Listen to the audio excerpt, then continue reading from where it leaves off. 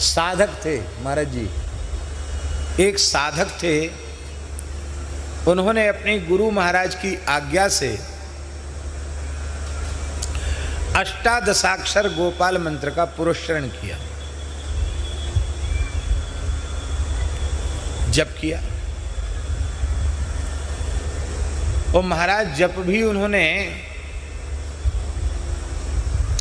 एक पुरस्चरण नहीं किया, 18 पुरस्चरण किए। कितने? अष्टादशाक्षर गोपाल मंत्र के 18 पुरस्चरण किए उन्होंने।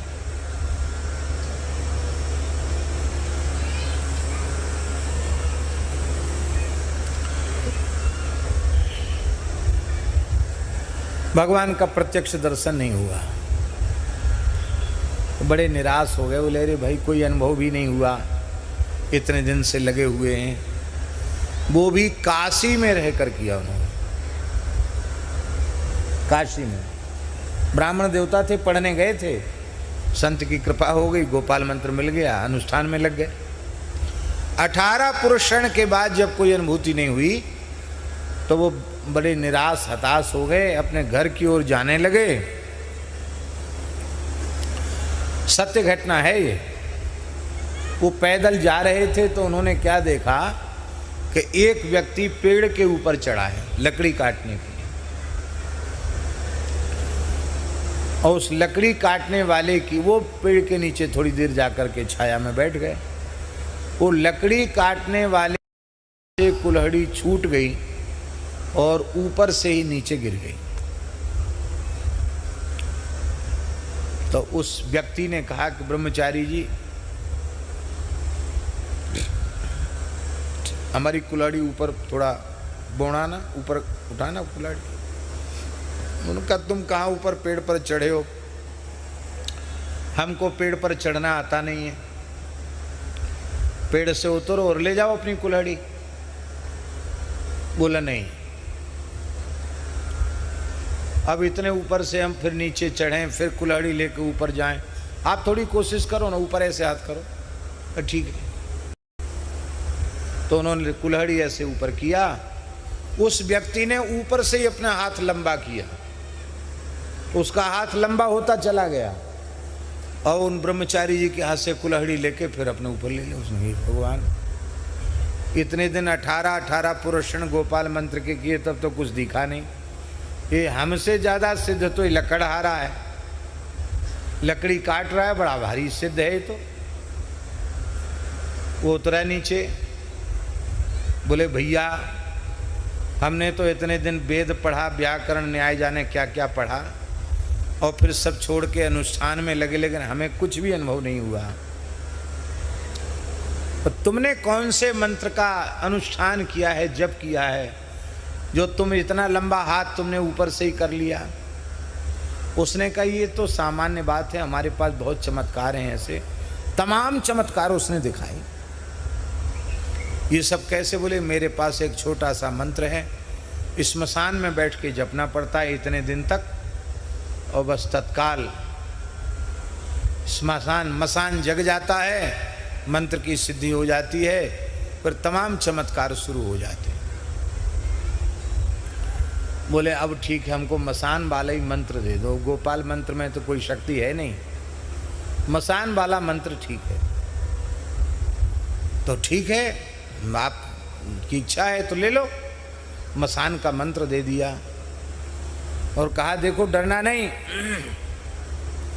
मुर्दा की छाती पर बैठकर जपना है, प्रबंध मुर्दा का हम करेंगे। तो उसका जो मसान वाला गुरु था उसने मुर्दे की व्यवस्था की और वो महाराज मुर्दा की छाती पर बैठ के मंत्र जपने लग गया। वही ऐसी क्रियाओं की मालाएं भी कोई तुलसी माला थोड़ी होती है, हड्डी वड्डी की माला होती है, उससे जप रहा था। तीव्र गति से साधन किया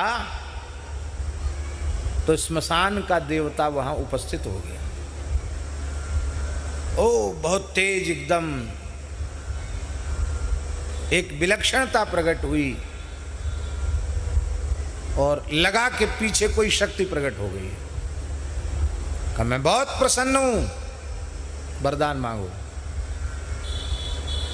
तो उसके गुरु ने बता दिया था कि जब वो कहे शक्ति के वरदान मांगो तो कहना बस तुम हमारे बस में हो जाओ, और हम जो तुमसे कहें वो काम करो, और हम जो चमत्कार चाहें वो चमत्कार हमें हो, यही सब बोल देना उसको।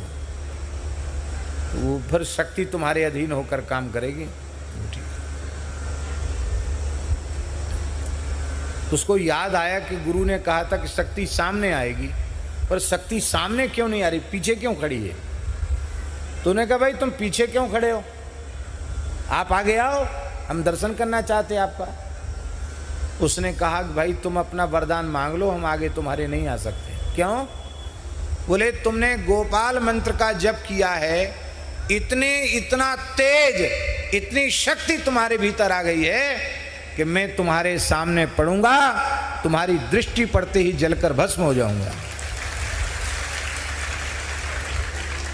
मैं तुम्हारी दृष्टि को सहन नहीं कर सकता, पर तुमने श्मशान मंत्र का जप किया है, इसलिए तुम जो चाहो सो मांग लो। ब्रह्मचारी ने कहा आप पधारो, हमको कुछ नहीं चाहिए। तो रोने लगा, हाय हाय भैया, ये चमत्कार तो जादूगर भी बहुत करते हैं। राम राम करने वाले, महामंत्र, विजय मंत्र, राम मंत्र, कृष्ण मंत्र, नारायण मंत्र जपने वाले, इनमें एक एक मंत्र के जप से कितनी शक्ति उत्पन्न होती है, इसको हम तुम नहीं जान सकते। वो कभी व्यर्थ जाने वाला नहीं। इसलिए वैष्णव मंत्र से बढ़कर कोई मंत्र नहीं है। बहुत ध्यान से सुने। किसी व्यक्ति ने, हम ये नहीं कह रहे हैं, आपकी निष्ठा को नहीं डिगा रहे हैं, पर शास्त्र की बात कह रहे हैं कि देवतांतर का मंत्र किसी ने ले रखा हो और सत्संग करते करते उसको समझ में आ जाए कि सबके मूल श्री ठाकुर जी हैं, सबके अधीश्वर सर्वेश्वर भगवान हैं, और उन भगवान की शरणागति ही सर्वोपरि है, क्योंकि संपूर्ण देवी देवता भगवान की शरण ग्रहण करते हैं, संपूर्ण देवी देवता भगवान का ही भजन करते हैं।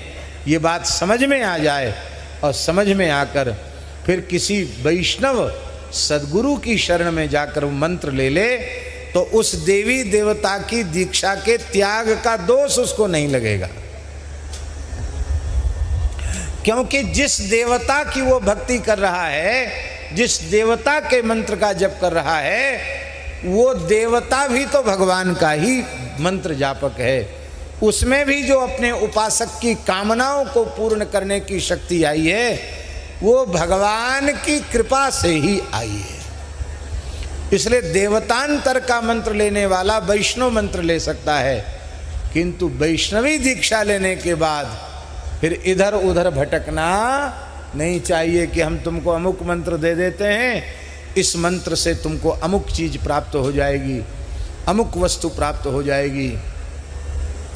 जो लोग जपते हैं बड़े अच्छे हैं, उनको हम प्रणाम करते हैं, किसी की निष्ठा को हम डिगाते नहीं हैं। आचार्य योगेंद्र जी को मालूम है, हमको एक विशिष्ट महानुभाव महापुरुष ने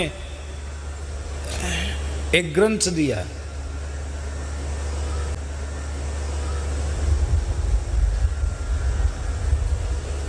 संस्कृत का ग्रंथ। उसमें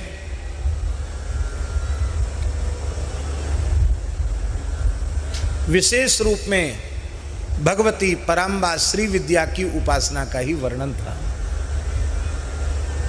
और उन्होंने हमसे कहा भी कि आपका बहुत ऐसा काम है तो आपको श्री विद्या की उपासना करनी चाहिए, उससे गौ सेवा, संत सेवा और किसी काम में कमी नहीं पड़ेगी। जो हमेशा ये कर्ज हो गया, वो कर्ज हो गया, सब खत्म हो जाएगा।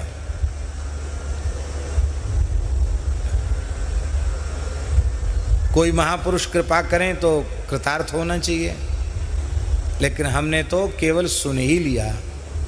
हमारे मन में केवल एक ही बात आई, श्री गुरुदेव ने कृपा करके जिन श्री रघुनाथ जी का मंत्र दिया है, गुरुदेव ने कृपा करके श्री जानकी जी का मंत्र दिया है, किशोरी जी का मंत्र दिया है। वो श्री विद्या की भी श्री विद्या तो हमारी राधा रानी है, श्री विद्या की भी श्री विद्या हमारी श्री जानकी जी हैं। हमको चाहिए अपने युगल सरकार से ही चाहिए, और हमें कुछ नहीं चाहिए, नहीं चाहिए तो कुछ नहीं चाहिए। भूखे मर रहे हैं क्या? आप ईमानदारी से विचार करो।